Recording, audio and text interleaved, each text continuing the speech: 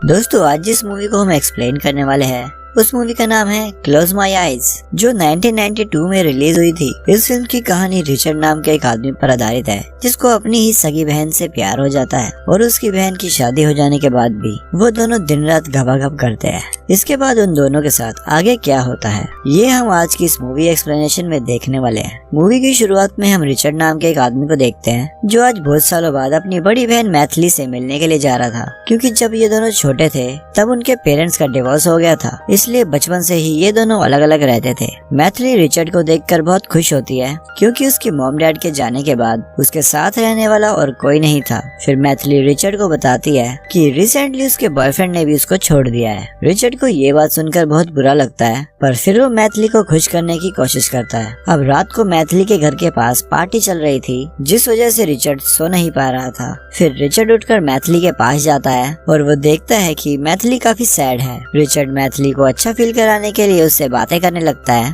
पर बातें करते वक्त अचानक से मैथिली रिचर्ड को किस कर देती है। पर फिर वो रिचर्ड को सॉरी बोलती है और बताती है कि वो बहुत अकेला फील कर रही थी और उसके मन में हवस की आग उठ रही थी। अगले दिन रिचर्ड अपने ऑफिस के काम से शहर से बाहर जा रहा था, पर स्टेशन पर पहुंच के उसे याद आता है कि वो अपना वॉलेट मैथिली के घर पर ही भूल गया है। फिर वो मैथिली को कॉल करता है और उससे अपना वॉलेट मंगवाता है, क्योंकि अगर वो खुद वॉलेट लेने के लिए घर गया तो उसकी ट्रेन छूट जाएगी। इसके बाद मैथिली उसका वॉलेट लेकर आती है और उसको बोलती है कि तुम अपना ध्यान रखना और थोड़ा सा टाइम निकाल कर मुझे कॉल जरूर करना। अब इसके 1 साल बाद मैथिली रिचर्ड को कॉल करती है और वह रिचर्ड को बोलती है कि पूरा 1 साल बीत चुका है और तुमने मुझे अभी तक कॉल नहीं किया। पर रिचर्ड वहाँ पे किसी और लड़की के साथ गपागप कर रहा था, इसलिए वो मैथिली को बोलता है कि मैं तुम्हें कल कॉल करूंगा। रिचर्ड की ये बात सुनकर मैथिली को बहुत गुस्सा आता है और वो गुस्से में कॉल काट देती है। इसके बाद 2 साल बीत जाते हैं और हम रिचर्ड को देखते हैं जो कि एक कंस्ट्रक्शन कंपनी में इंटरव्यू देने के लिए आता है। रिचर्ड इंटरव्यूअर के सभी सवालों को काफी अच्छे से जवाब देता है, जिससे वहाँ पर उसकी जॉब पक्की हो जाती है। इसके बाद मैथिली उसे फिर से कॉल करती है और बोलती है कि 6 हफ्ते बीत चुके हैं और तुमने मुझे आज तक कॉल नहीं किया, क्या तुम्हें सिंक्लेयर से नहीं मिलना? रिचर्ड उससे पूछता है कि ये सिंक्लेयर कौन है, तो मैथिली उसे बताती है कि सिंक्लेयर मेरा हस्बैंड है, मैंने उससे शादी भी कर ली है और तुम मेरी शादी में भी नहीं आए। फिर मैथिली रिचर्ड को बोलती है कि कल तुम हमारे घर पर आओ और हम सब साथ में लंच करेंगे।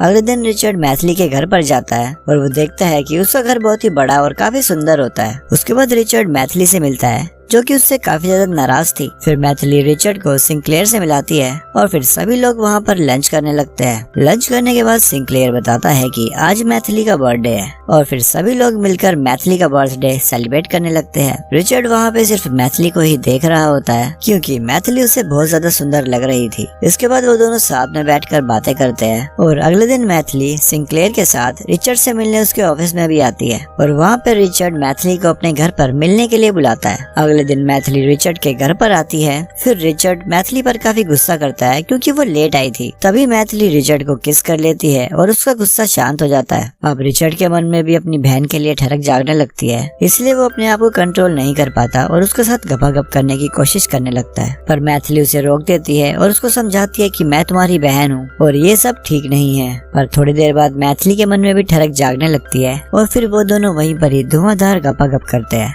अब इस महान काम को करने के बाद मैथिली रिचर्ड को बोलती है कि ये हमारी पहली और आखिरी गलती है और इसके बाद हम दोनों ऐसी कोई भी हरकत नहीं करेंगे। तो दोस्तों इस बात का अंदाजा तो हम लगा ही सकते हैं कि आगे क्या होने वाला है। फिर मैथिली रिचर्ड को बोलती है कि कल मैंने और सिंक्लेयर ने पिकनिक का एक प्लान बनाया है और तुम्हें हमारे साथ आना पड़ेगा। अगले दिन सभी लोग पिकनिक के लिए जाते हैं, पर रिचर्ड वहाँ पे सिर्फ मैथिली को ही देख रहा होता है और सिर्फ उसी की फोटोज क्लिक करता है। फिर रिचर्ड भूखे भेड़िए की तरह मैथिली के पीछे पड़ जाता है, जिससे मैथिली बहुत इरिटेट हो जाती है और वो उसे बोलती है कि तुम ऐसे मेरा पीछा मत करो क्योंकि यहाँ पर सिंक्लेयर भी है और उसे सब कुछ पता चल जाएगा। मैथिली रिचर्ड को बोलती है कि मेरे पास सिंक्लेयर के दूसरे घर की चाबी है और हम दोनों वहाँ पर जाकर आराम से गपागप कर सकते हैं। अगले दिन मैथिली रिचर्ड के साथ सिंक्लेयर के दूसरे घर पर आती है और वो सिंक्लेयर को झूठ बोलती है कि वो ऑफिस के काम से 1 हफ्ते के लिए बाहर जा रही है। वहाँ पहुँचते ही वो दोनों एक दूसरे से चिपक जाते हैं और पलंग तोड़ना स्टार्ट कर देते हैं। शाम को सिंक्लेयर मैथिली को कॉल करता है और मैथिली उसे बताती है कि मुझे यहाँ पर अच्छा सा होटल मिल गया है और मैं यहाँ पर पूरी तरीके से कंफर्टेबल हूँ। इसके बाद मैथिली और रिचर्ड फिर से पलंग तोड़ते हैं और पलंग तोड़ने के बाद मैथिली रिचर्ड को बोलती है कि तुम्हें जल्द से जल्द अपने लिए एक लड़की ढूंढनी पड़ेगी, नहीं तो तुम मेरी गुफा को सुरंग बना दोगे। इधर रात होते ही सिंक्लेयर का छोटा चेतन खड़ा हो रहा था, पर उसकी प्यास बुझाने के लिए वहाँ पर मैथिली नहीं थी। इसलिए वो सभी होटल्स में कॉल करके मैथिली के बारे में पूछता है, पर मैथिली किसी भी होटल में नहीं होती। अगली सुबह मैथिली रिचर्ड को समझाती है कि तुम मेरे भाई हो